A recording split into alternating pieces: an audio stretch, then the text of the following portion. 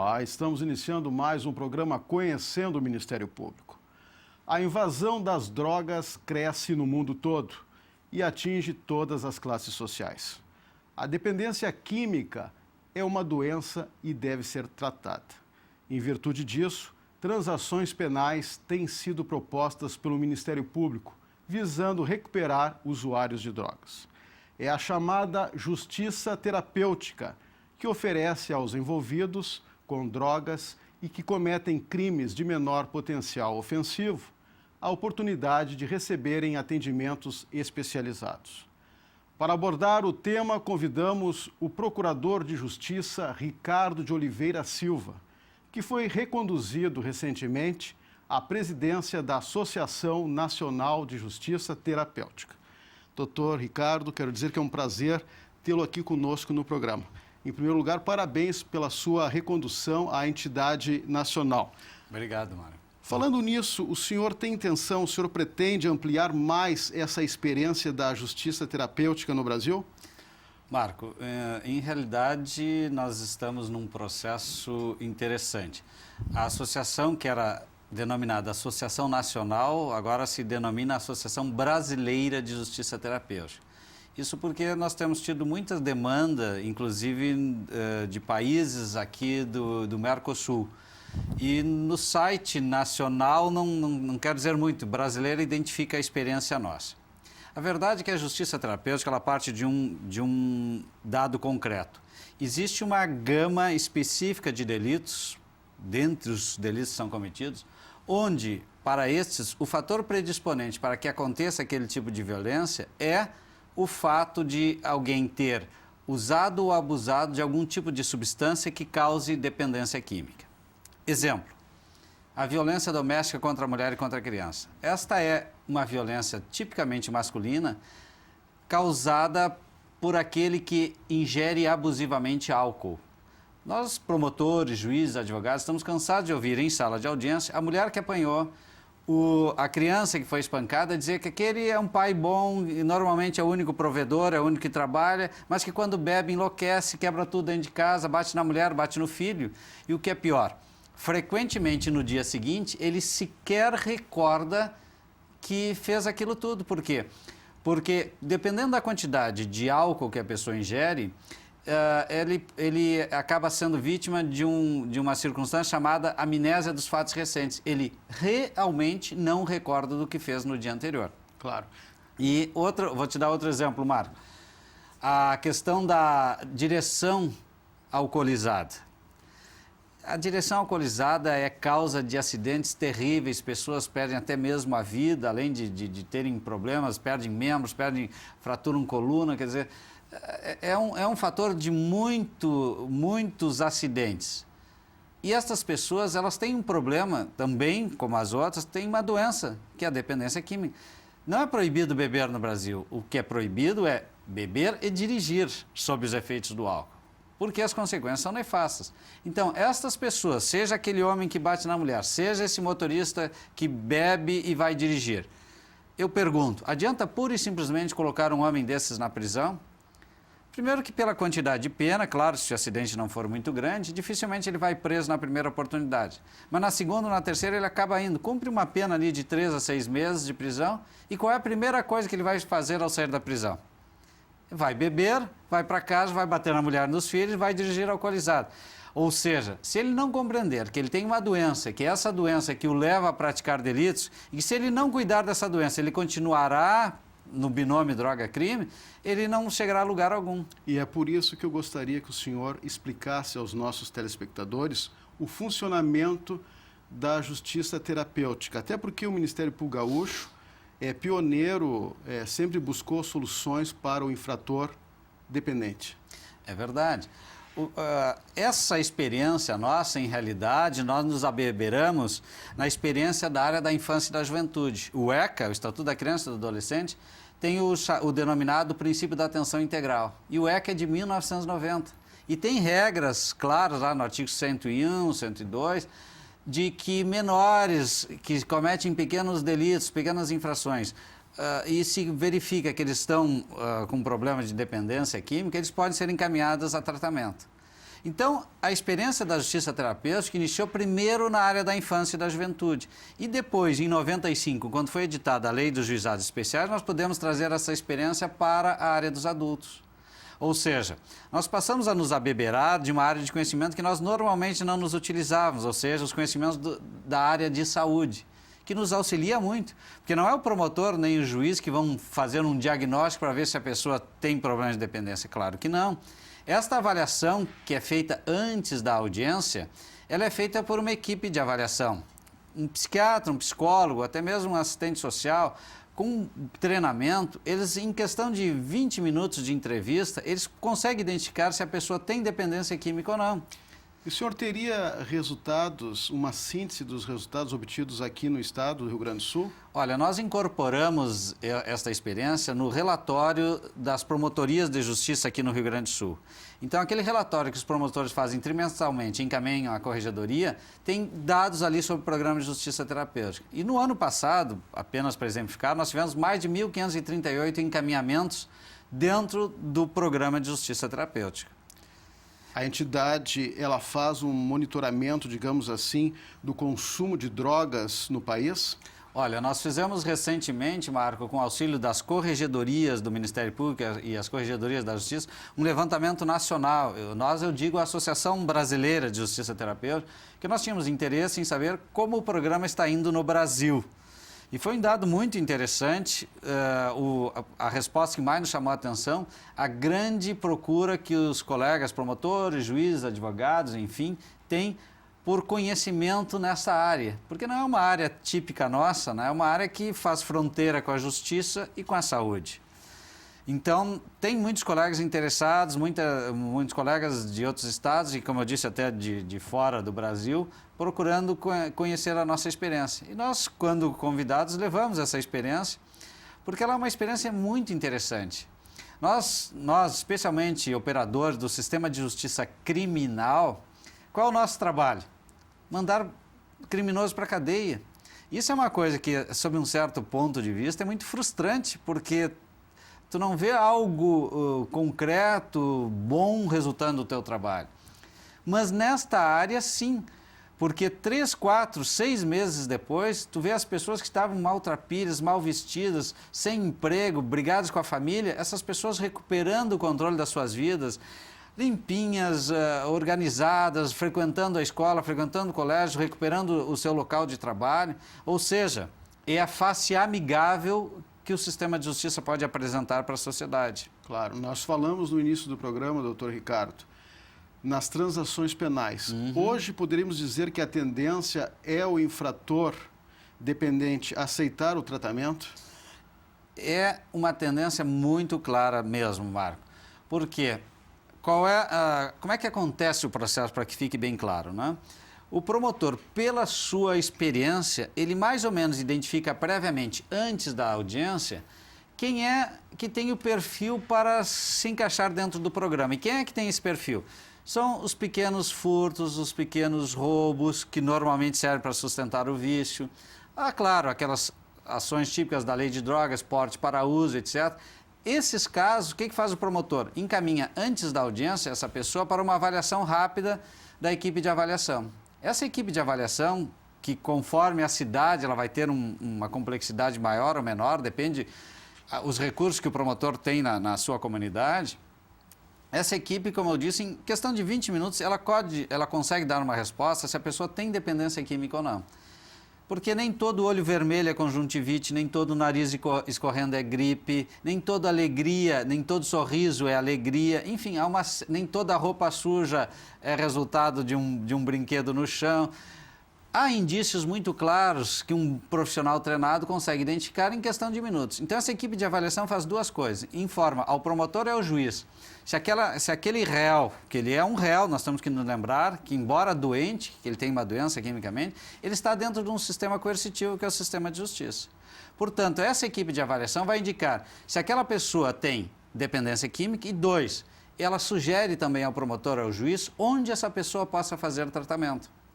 que a grande dificuldade é essa, onde encaminhar essas pessoas para fazer o tratamento. E essa equipe de avaliação faz também isso, o credenciamento de entidades que possam oferecer tratamento para os dependentes químicos. Claro, e falando em tratamento, doutor Ricardo, nós temos um dado, que eu acho que é da própria entidade nacional, de que só no ano passado, aqui no Rio Grande do Sul, quase 1.000 pessoas buscaram o programa. É verdade. Mas então, veja bem, dando seguimento, né, o promotor recebe essa informação de que a pessoa tem dependência química e que pode se beneficiar do tratamento em algum local de tratamento. Em audiência presente, o juiz, o advogado, o promotor faz a proposta de a pessoa suspender o processo e, durante a suspensão do processo, ela fazer o tratamento contra a dependência química naquela instituição que foi indicada pela equipe de tratamento. Claro. Portanto, a pessoa ela cumpre aquelas condições legais durante a suspensão ou na negociação, mais a condição de fazer o tratamento contra a dependência química. E essa condição de tratamento contra a dependência química é por no máximo 1 ano, porque as condições de suspensão podem ser por mais tempo, mas o tratamento por no máximo 1 ano. Por que por no máximo 1 ano? Por uma opção da Associação Brasileira, no sentido de que não se deve institucionalizar essas pessoas. Porque elas, claro, elas resistem no início ao tratamento, mas depois elas se convencem de que aquele tratamento é bom. E, portanto, elas devem, a partir dali, seguir voluntariamente com esse tratamento. Aliás, essa questão da voluntariedade ou não do tratamento, durante um certo período de tempo, teve uma discussão. Que algumas pessoas diziam, não, mas há uma teoria, né, de que a pessoa só deveria fazer tratamento se ela quisesse fazer tratamento. Tudo bem, isso é verdade, mas para quem não cometeu delitos. A pessoa que tem dependência química e não cometeu nenhum delito, ela vai decidir a sua vida como bem lhe aprouver. Mas se ela comete um delito, ela está num sistema coercitivo, um sistema de justiça. Não é mais ela que decide a sua vida. Claro. Quem vai decidir quem são? O promotor, o juiz e o advogado dentro do sistema de justiça. Certo. O que tem de inovador no programa é que nós reconhecemos que, embora essa pessoa tenha cometido um delito, ela tem uma doença que a leva a cometer esse delito. E ela tem essa compreensão, a pessoa que cometeu esse pequeno delito, tem compreensão de que ela cometeu esse delito porque é uma pessoa doente? Bom, esta equipe de avaliação, através das chamadas técnicas de acolhimento, procura fazer a pessoa compreender esse ponto que é fundamental. E se ela compreender isso, ela aceita com mais voluntariedade essa proposta. Claro que a pressão de um processo criminal também faz com que a pessoa decida. E daí é outro ponto interessante, Marco. Quais são os fatores que levam a pessoa a decidir a fazer alguma coisa? Todos nós temos fatores internos e fatores externos que nos levam a fazer alguma coisa. Os fatores externos são aqueles que decorrem do nosso convencimento. Por exemplo, a pessoa que está dependente de drogas, ela um dia acorda e decide fazer tratamento, muito bem. Mas existem os fatores, os denominados fatores externos de convencimento. Exemplo, a mulher que chega e diz para o marido, olha, tu vai te tratar, nós vamos nos separar. O empregador, o chefe do motorista lá de ônibus diz, olha, ou tu vai te tratar, tu vai perder o emprego. Ou o sistema de justiça que diz, ou você faz tratamento ou você vai responder ao processo crime. Então são fatores externos que ajudam a pessoa a tomar uma decisão que seja adequada, é claro.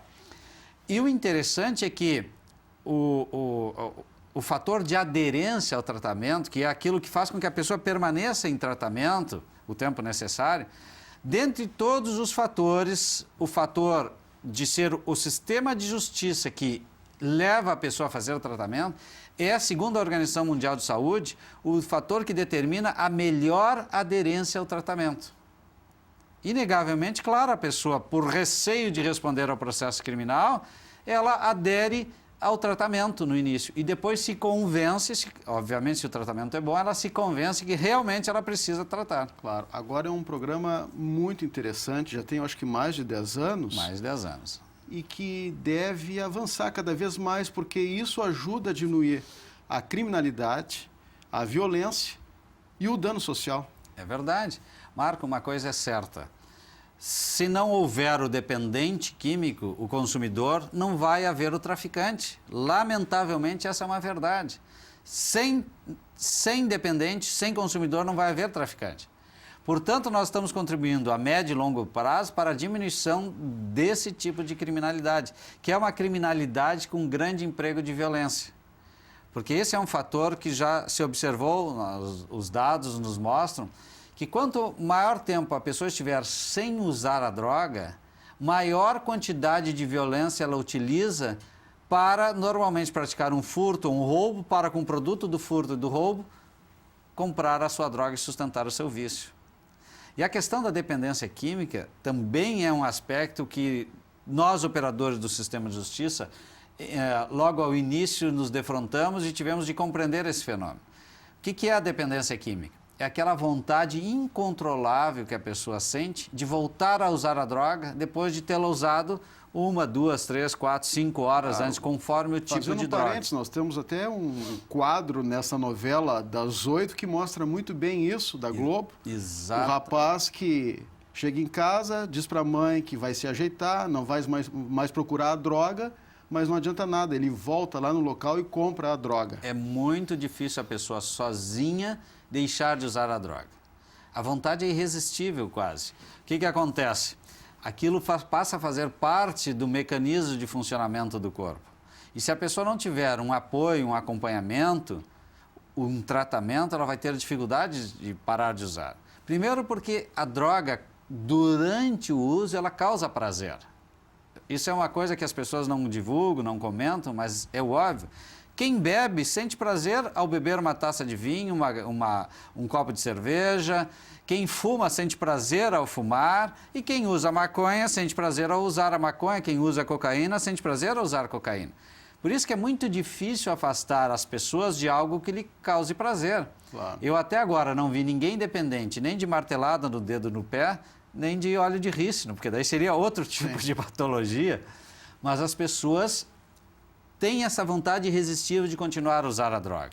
Agora... Então ela precisa de um acompanhamento, ela precisa de um tratamento. O que o tratamento faz?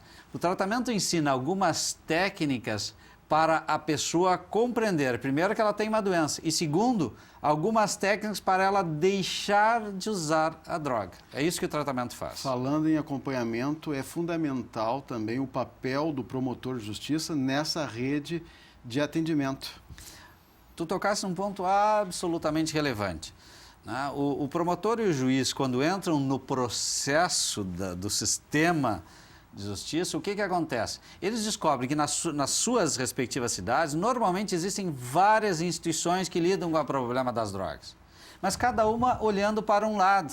Quando o sistema de justiça ingressa nesta área, ele acaba organizando o sistema, porque faz com que todos voluntariamente acabem enxergando o problema e olhando na mesma direção. Ele acaba organizando o sistema de saúde da cidade, que às vezes não tem nenhum órgão, não tem nenhum laboratório, não tem nenhum hospital que forneça tratamento, e por pressão do sistema de justiça, o sistema de saúde se organizando para oferecer tratamento contra a dependência química. E outra coisa vantajosa é que o custo financeiro desse programa da justiça terapêutica é bem menor que o custo de um processo judicial, do encarceramento de uma pessoa. Muito menos se gasta adotando o programa de justiça terapêutica. Porque um preso custa no sistema prisional mais ou menos R$ 790 mês. Ou seja, cada preso no sistema de justiça custa R$ 790 mês. Nos sistemas de segurança máxima, nós temos aqui alguns presídios de segurança máxima no Rio Grande do Sul, esse custo sobe para R$ 1.790 mês, cada preso num presídio de segurança máxima. Ou seja, a prisão é um instrumento muito caro de se fazer justiça. Especialmente nessas situações em que a prisão não é a melhor solução. A prisão talvez seja a solução para casos de outra natureza, mas aqueles que envolvem dependência química, a prisão, pelo menos para os casos menos graves, não é a solução. Claro que existirão crimes praticados sob a influência das drogas que têm maior repercussão. Imagina, nós tivemos aqui recentemente em Porto Alegre um caso, bem pouco tempo atrás, de uma pessoa que, sob o efeito de droga, tirou a vida dos seus pais. para esta pessoa não poderemos aplicar a regra da suspensão, mas na pena se coloca lá a obrigatoriedade de durante o cumprimento de pena, receber tratamento dentro dos presídios. Aliás, isso estabeleceu uma discussão muito interessante, porque o Sistema Único de Saúde não reconhecia a sua responsabilidade por ações de saúde dentro dos presídios. E a verdade é que o preso perde muitas coisas, perde a sua liberdade principalmente, mas não perde o direito à saúde.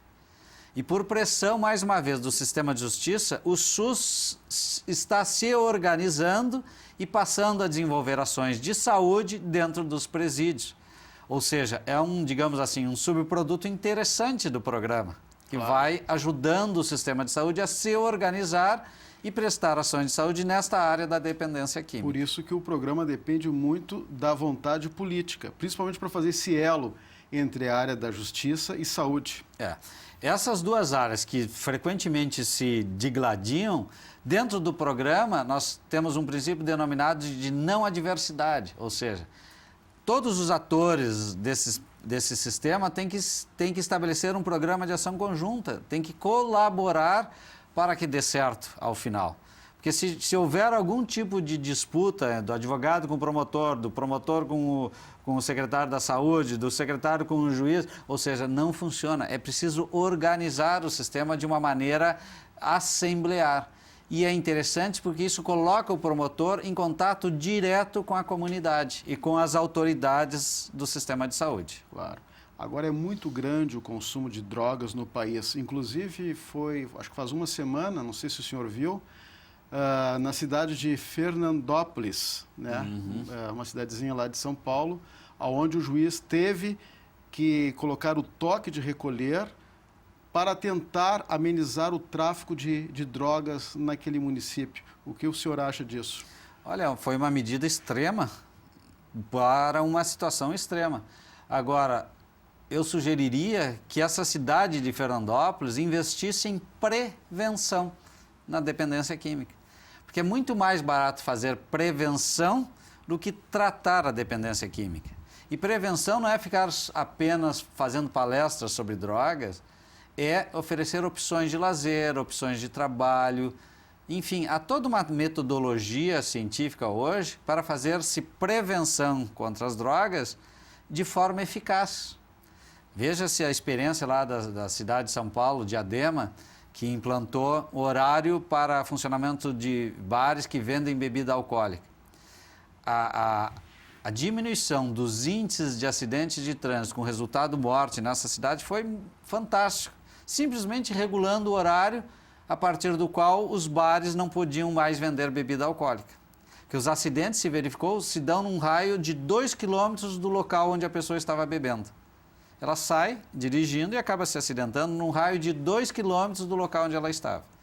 Se você limita o horário de venda de bebida alcoólica, você está diminuindo a frequência de acidentes de trânsito de pessoas que estão dirigindo alcoolizadas.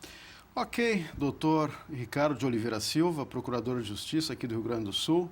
Mais uma vez, muito obrigado, a sua gentileza em aceitar nosso convite. Obrigado, Marco. É sempre um prazer vir aqui nesse programa, que eu sei que é muito visto em todo o Brasil, não só no Rio Grande do Sul, e poder contribuir também para esclarecer um pouco os amigos ouvintes, telespectadores, sobre o programa de justiça terapêutica aqui no Brasil.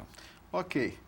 Se você tem críticas, sugestões, envie um e-mail para conhecendo-mp@mp.rs.gov.br. Nós voltaremos na próxima semana com mais um Conhecendo o Ministério Público. Até lá!